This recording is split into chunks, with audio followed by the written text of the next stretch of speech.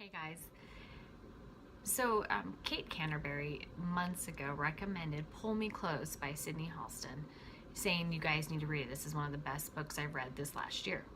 And I bought it. And it's been sitting in my to be read file. And my goal this year is to knock off one or two books a week on my to be read so that I can get rid of some of them.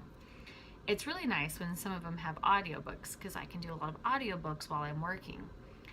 Well, Pull Me Close audio just came out recently, and so I purchased the audio. And as I'm listening to it, I really wish I would have read this book right when Kate said, you need to read this book. Sidney Halston writes beautifully on the fact of depression and anxiety. Katherine, her hero in my life, she's a hero. She is the hero in the story. Katherine suffered something so traumatic years ago that she suffers from this anxiety and depression.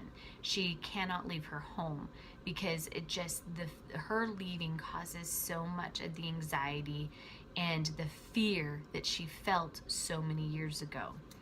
Nick is the owner of this posh, famous nightclub, Panic, and he meets Katherine unconventionally and he judges her.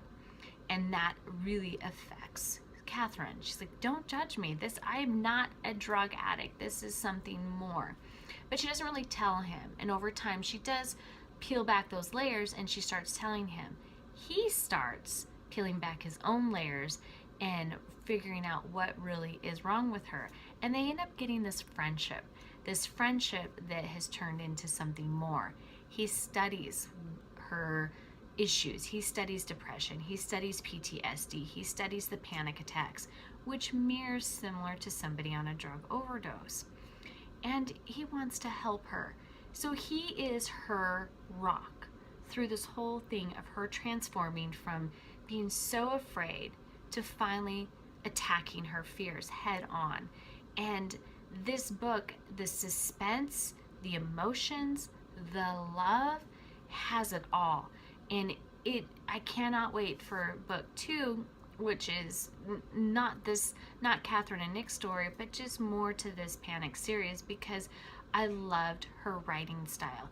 Sidney wrote something so beautiful and so heartwarming and sexy that I'm gonna probably re-listen to it again because the audio version of this is amazing. The 2 is great, but just the storyline itself is, again, breathtaking.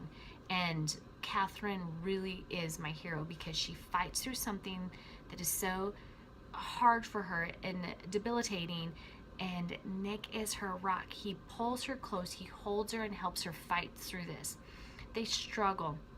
The supporting cast, their friends, his friends, start helping out and giving suggestions and kind of bring her in without judgment and let her kind of go through the motions and get over all of her fears. And so this is by far beyond 5 stars. This is, if I can give it 1,000 stars, I would.